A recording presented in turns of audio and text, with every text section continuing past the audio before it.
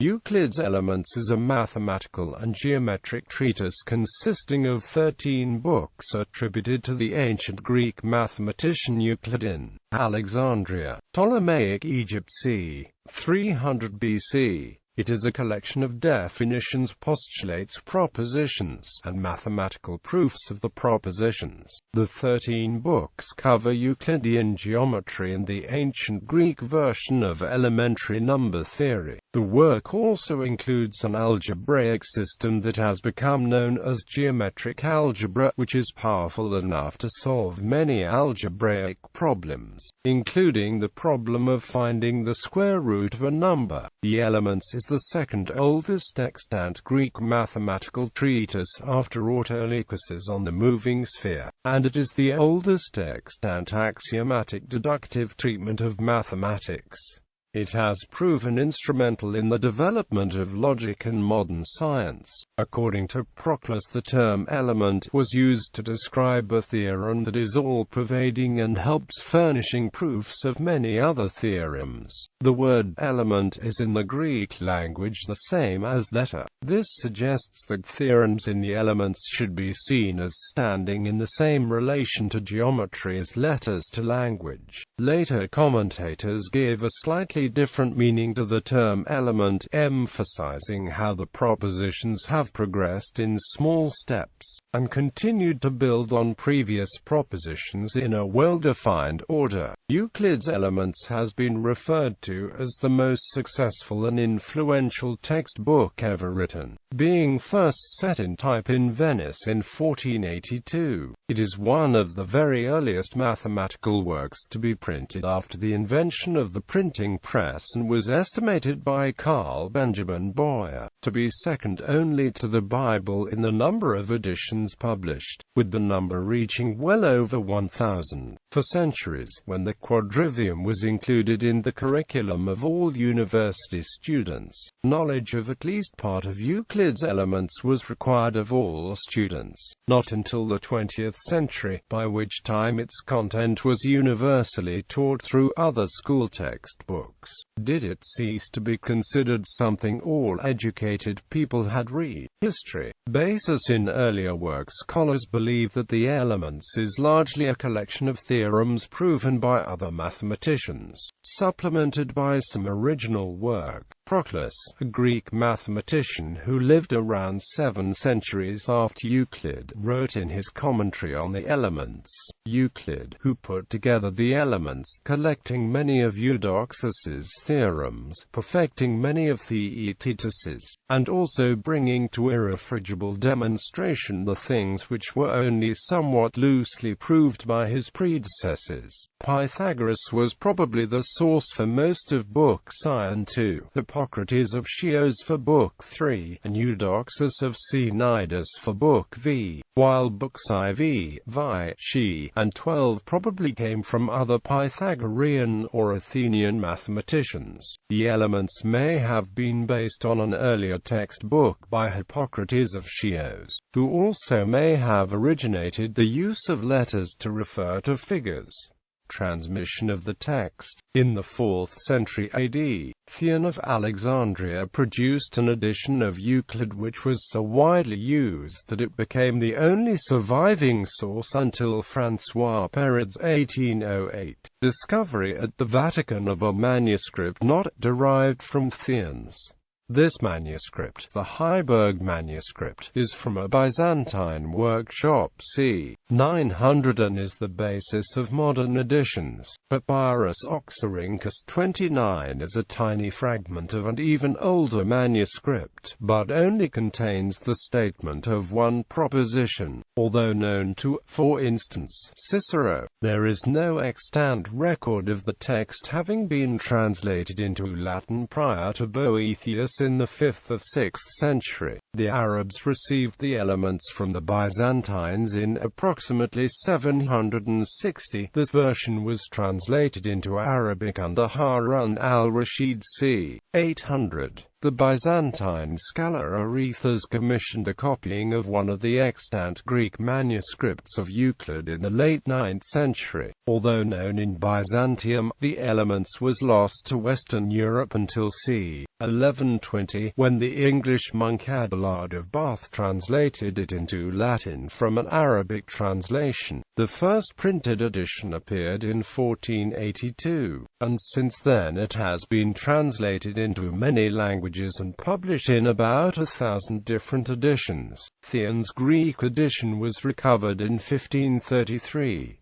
In 1570, John Dee provided a widely respected mathematical preface, along with copious notes and supplementary material, to the first English edition by Henry Billingsley. Copies of the Greek text still exist, some of which can be found in the Vatican Library and the Bodleian Library in Oxford. The manuscripts available are of variable quality, and invariably incomplete. By careful analysis of the translations and originals, hypotheses have been made about the contents of the original text. Ancient texts which refer to the Elements itself, and to other mathematical theories that were current at the time it was written, are also important in this process.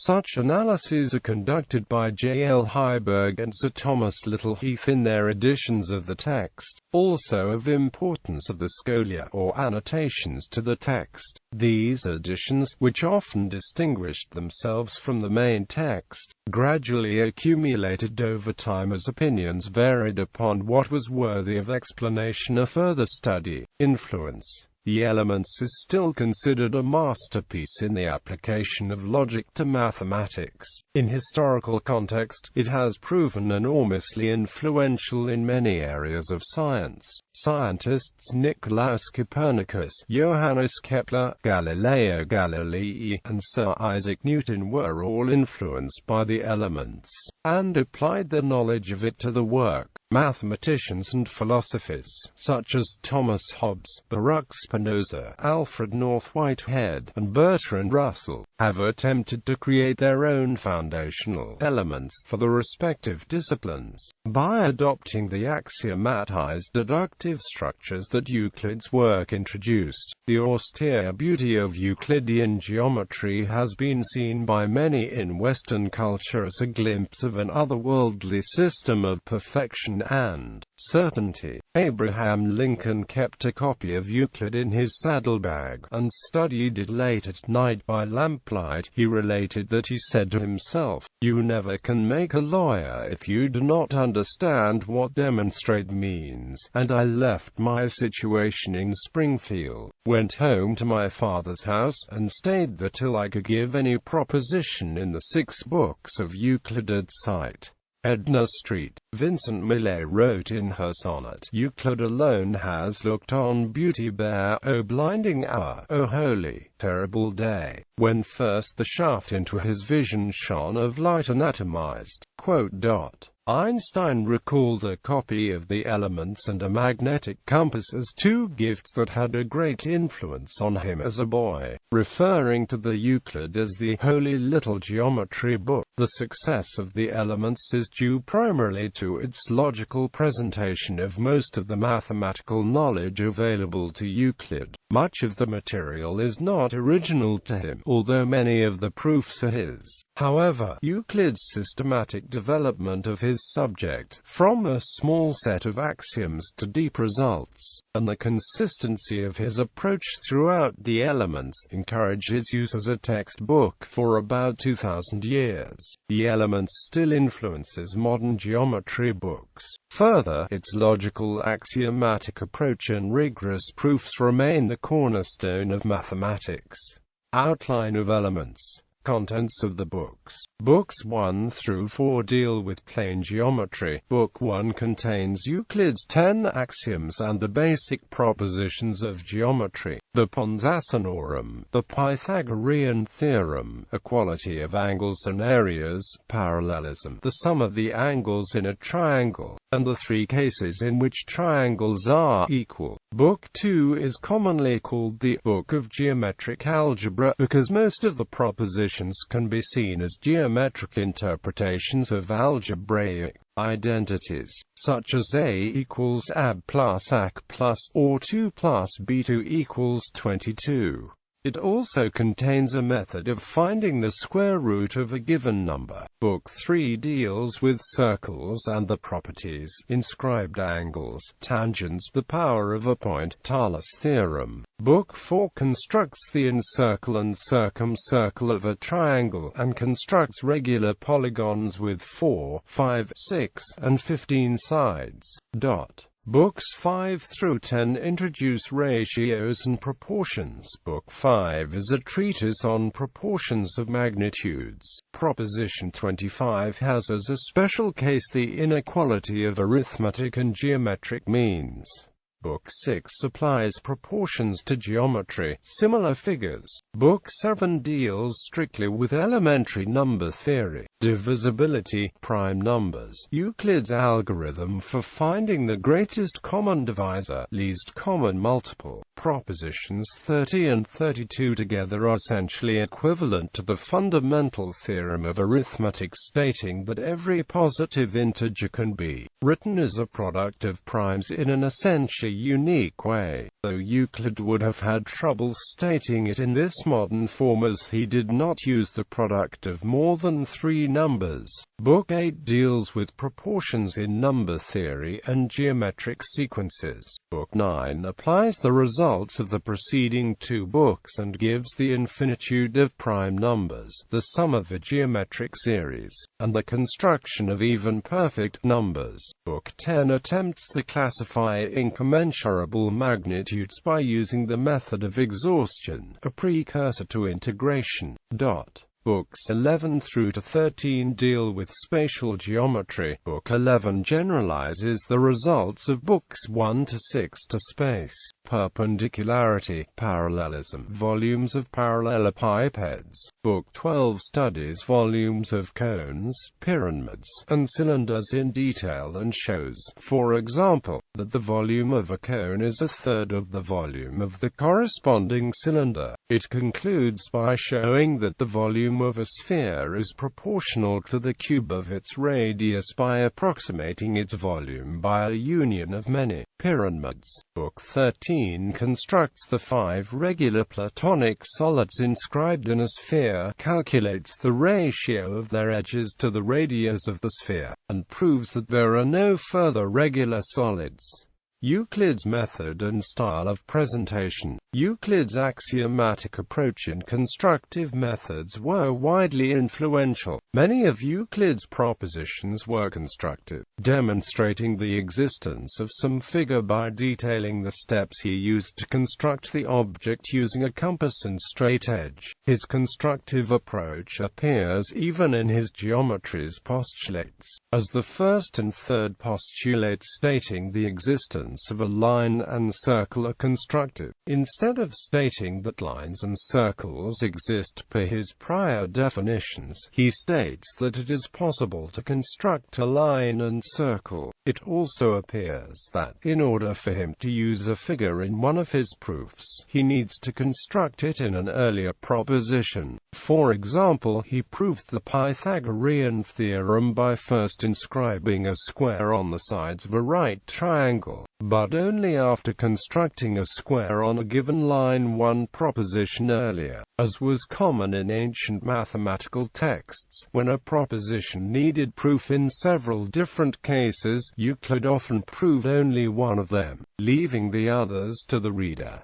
Later editors such as Theon often interpolated their own proofs of these cases. Euclid's presentation was limited by the mathematical ideas and notations in common currency in his era, and this causes the treatment to seem awkward to the modern reader in some places. For example, there was no notion of an angle greater than 2 right angles. The number 1 was sometimes treated separately from other positive integers, and as multiplication was treated geometrically, he did not use the product of more than 3 different numbers. The geometrical treatment of number theory may have been because the alternative would have been the extremely awkward Alexandrian system of numerals. The presentation of each result is given in a stylized form, which, although not invented by Euclid, is recognized as typically classical. It has 6 different parts. First is the enunciation, which states the result in general terms. Then comes the setting out, which gives the figure and denotes particular geometrical objects by letters. Next comes the definition or specification, which restates the enunciation in terms of the particular figure. Then the construction of machinery follows. It is here that the original figure is extended to forward the proof. Then, the proof itself follows. Finally, the conclusion connects the proof to the enunciation by stating the specific conclusions drawn in the proof. In the general terms of the enunciation, no indication is given of the method of reasoning that led to the result, although the data does provide instruction about how to approach the types of problems encountered in the first 4 books of the Elements. Some scholars have tried to find fault in Euclid's use of figures in his proofs, accusing him of writing proofs that depended on the specific figures drawn rather than the general underlying logic, especially concerning proposition 2 of Book I. However, Euclid's original proof of this proposition is generally valid, and does not depend on the figure used as an example to illustrate one given configuration. Criticism. Euclid's list of axioms in the Elements was not exhaustive, but represented the principles that were the most important. His proofs often invoke axiomatic notions which were not originally presented in his list of axioms. Later editors have interpolated Euclid's implicit axiomatic assumptions in the list of formal axioms. For example, in the first construction of Book I, Euclid used a premise that was neither postulated nor proved, that 2 circles with centers at the distance of the radius will intersect in 2 points. Later, in the fourth construction, he used superposition to prove that if 2 sides and their angles are equal, then they are congruent. During these considerations he uses some properties of superposition, but these properties are not described explicitly in the treatise. If superposition is to be considered a valid method of geometric proof, all of geometry would be full of such proofs. For example, propositions I1, I3 can be proved trivially by using superposition. Mathematician and historian W. Rousball put the criticisms in perspective, remarking that the fact that for 2,000 years was the usual textbook on the subject raises a strong presumption that it is not unsuitable for that purpose. Additions. 1460s, Regiomontanus, 1482, Erhard Ratdot, first printed edition. 1533, Editio Princeps by Simon Grinos, 1557, by Jean Magnian and Pierre de Montdore, reviewed by Stephanus Gracilis. 1572, Commandinus Latin edition. 1574, Christoph Clavius, translations 1505, Bartolomeo Zamberti. 1543, Niccolò Tartaglia, 1557, Jean Magnian and Pierre de Montdore, reviewed by Stephanus Gracilis. 1558, Johann Schäuble. 1562, Jacob Kundig. 1562, Wilhelm Holtzmann. 1564–1566, Pierre Faussardel de Béziers. 1570, Henry Billingsley. 1572, Commandinus. 1575, Commandinus. 1576, Rodrigo de Zamorano. 1594, Typographia Medicia. 1604, Generard de Bar-le-Duc. 1606, Jan Peter Sondau. 1607, Matteo Ricci, Zhu Guangqi. 1613, Pietro Cataldi. 1615, Dennis Henrion. 1617, Franz van Schooten. 1637, L. Carducci. 1639, Pierre Erigon, 1651, Heinrich Hoffmann, 1651, Thomas Rudd, 1660, Isaac Barrow, 1661, John Lecan Geo. Sir, 1663, Domenico Magni, 1672, Claude-François Milliot de Cales, 1680, Vitali Giordano, 1685, William Halifax, 1689, Jacob Knesa, 1690, Vincenzo Viviani, 1694, Tant. Ernst Burke v. Pirkenstein, 1695, C. J. Voot, 1697, Samuel Reher, 1702, Hendrik Coates, 1705, Charles Scarborough, 1708, John Keel, 1714, Christus Schessler, 1714, W. Whiston, 1720s, Jagannath of Samrit, 1731, Guido Grandi, 1738, Ivan Saturov, 1744, Martin Stromer, 1749, D. Cales, 1745, Ernest Gottlieb Ziegenbalg, 1752, Leonardo Ximenes, 1756, Robert Simpson, 1763, Pubo Steenstra, 1768, Angelo Brunelli, 1773, 1781, J. F. Lorenz, 1780, Baruch Shikov Shlov, 1781, 1788, James Williamston, 1781, William Austin, 1789, P.R. Suvorov Nadios, Nikitin, 1795, John Playfair, 1803, H. C. Linderup, 1804, F. Perrid, 1807, Joseph Czech, 1807, J. K. F. Hauff, 1818, Vincenzo Florti, 1820, Benjamin of Lesbos, 1826, George Phillips, 1828, Josh Nign. Hoffman, 1828, Dionysius Lardner, 1833, E. S. Unger, 1833, Thomas Perronep Thompson, 1836, H. Falk, 1844, 1845, 1859, P. R. Braken-Yelm, 1850, F. A. A. Lundgren, 1850, H. A.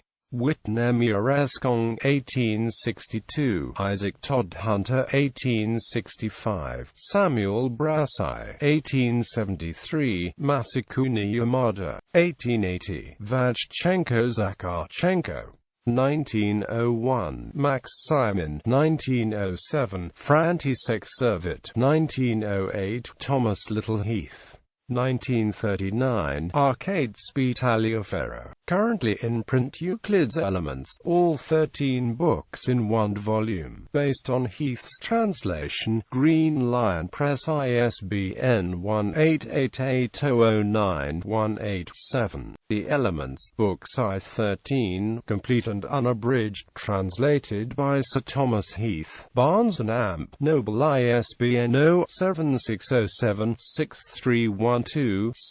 The 13 books of Euclid's Elements, translation and commentaries by Heath, Thomas L. in 3 volumes. Dover Publications. ISBN 0-486-60088-2, ISBN 0-486-60089-0, ISBN 0-486-60090-4.